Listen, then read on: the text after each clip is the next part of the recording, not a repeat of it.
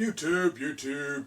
Overlord here. I just thought I'd take a moment to give my 2 cents on this whole MPC Touch thing. Some people are excited, some people aren't. There's a lot of mixed views and emotions out there. I'm excited about it. I shared the information with my cousin, who was talking to me about upgrading his unit. He's using the machine, but he likes the simple workflow of the MPC.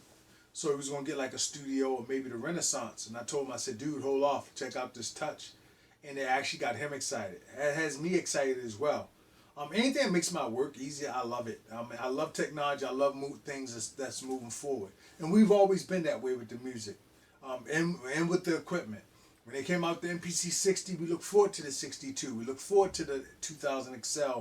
We look forward to the 3000 and the 4000s. And that when people had the SB12, they was like, wow, they got an SB1200. So technology, we always want better. So granted, we are nostalgic right now, and sometimes we like what the reliability of what a classic can do. So I get that. I totally get that. But I don't know how I feel about it, the MPC, because a lot of people saying they should make it a standalone. I don't know how I feel about that. Only because I think to do that would make it more expensive. And a lot of times, I think a lot of people say, oh, it could be less expensive, but how many gigs are we looking at? 64 gigs, 128 gigs, 500 gigs? Because if you doing a production center, you want it to be a standalone, and it's going to have a screen and all this other stuff and operate like a laptop. I want that storage space of a laptop, but I want the speed as well. So the processor is going to have to be decent. The motherboard has to be pretty decent. I want a minimum of 500 gigs, but really a terabyte would be ideal. So what kind of drive will it be? It can't be a standard, laptop hard drive. It's got to be a solid state drive, something that's going to really stand the test of time, something that's reliable. And of course, being a solid state drive, it could go bad. Will it stand the test of time?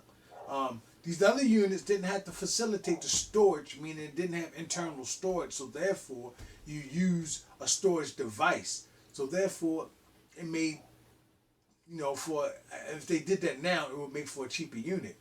So now, will we resort to using a unit like that and throwing thumb drives for storage or SD cards for storage? I don't know. I really don't know. I think to make something like that, I think it's going to really tip to close to the $2,000 range. And if we start talking laptop type speed and solid disk drives and solid state drives and things of that nature, we may be tipping into somewhere we really end up at the end of the day don't want to spend our money on. And then we're going to be complaining saying, oh, they could have made it cheaper. Although I'm not no type of designer like that where I could say, okay, this could be made cheaper. Because I think if somebody can make the ultimate standalone, you got the idea for it, why not do it and make it? I think with the Beat thing, I think they were on to something when they did it with the two SD cards, and you could use the machine itself as a controller, and it was a standalone unit. It was battery operated, but something like a battery like that takes the laptop battery. What's the lifespan of that? What you gonna get out of it? Will it? And at the end of the day, my thing is, will it stand the test of time? The less moving parts, the less things to go wrong, the better it is. And it seems like controllers can pretty much be consistent and stand the test of time like the old machines did back in the day. I don't know. I'll probably be a little concerned with the manufacturing of a unit today, because I still find more reliability in the 2000 XL than my 2500 and my 1000. Sometimes I find little button glitches, and I find myself going there repairing little things and keeping them up to snuff. And if I haven't turned it on Wi-Fi, I got to press certain buttons a little harder, and the sensors are a little funny. And these are the things that get me. And I don't know. I just really think if they made it a standalone unit, it will cost too much money. Not to mention, I think the standalone community is a niche market. Just like us who collect vinyl, I think standalone units are a niche market. Meaning that, and I think the success of Machine and the success of the MPC Renaissance Studio and all that stuff has proven that standalone units are really a niche market.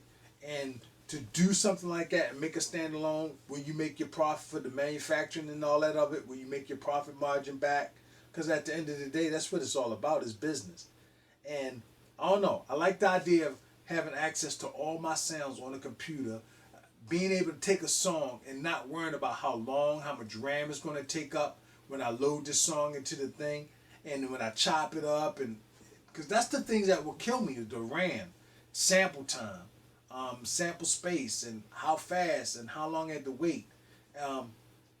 Rolling upset me because I thought they would jump into the game, and they made the MV8000, MV8800, and I'm still no kidding. Nobody said. I think that was one of the most dopest machines to ever be created. Period. Period. But my only hang up on it is the load times. I mean, even if I throw a solid state drive in there, it's not going to be instantaneous if I can throw a solid state drive in it. You know? So it's not going to be instantaneous. It's not going to be like, like fast. And my thing is, how did Rolling Machine make the machine when they already had the idea in reverse?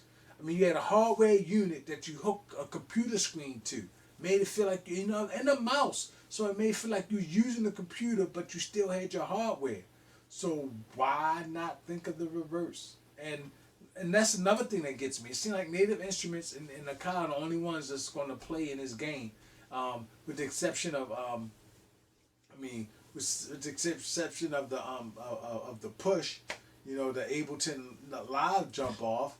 I mean, I don't see too many people really wanting to go in into that realm, and Rolling being one of them, which I'm surprised, because it's a big market. We love our hip hop, and it's finally somebody's paying attention to us and how we like to make our music.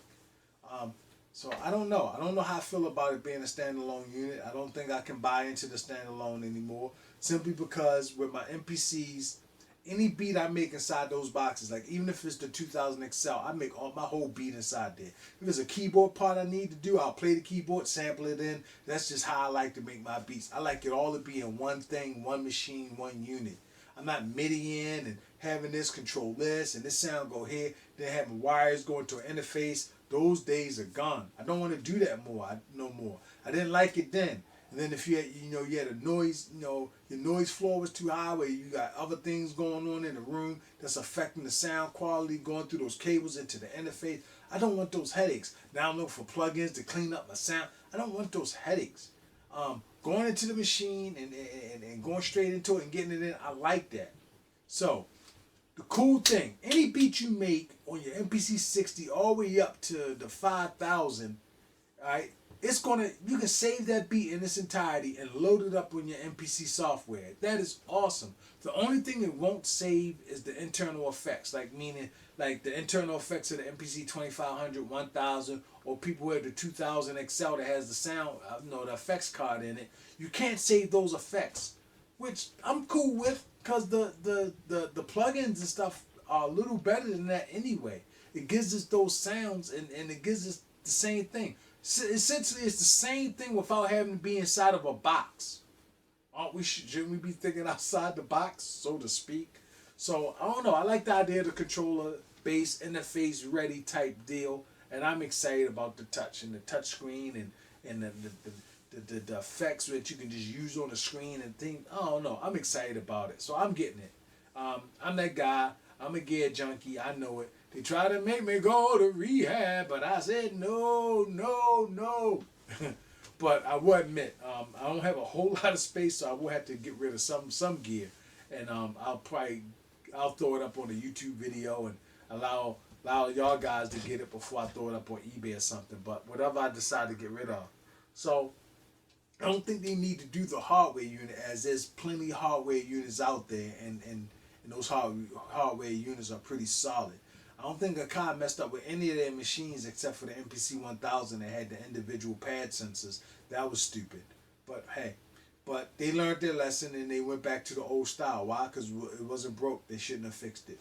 So I don't know. I'm excited. I'm a reserve mind, and I want to be I don't have to be one of the first to get it when they come out, but I'm that excited. But and if I've had pieces of gear that made me excited to make music, and I like when gear makes me excited to make music. Although I'm excited to make music anyway.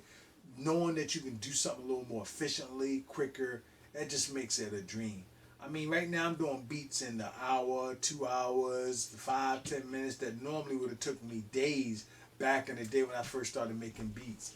It would have took me days to do, or all day, or all night, burn the midnight oil, tired and sleeping half the day and staying up all night making these beats. So I like what the technology does because it makes it simple. And the thing I like about MPC so far with their updates is the updates have been amazing in my opinion, and also it's pretty simple and straightforward where you didn't feel like you had to reinvent or relearn your unit or where things are. You still use the MPC like the MPC, and you're like, oh, I got this extra. You know, it's like getting your favorite drink and then somebody giving you a little side shot that you can toss in there if you want. I don't know.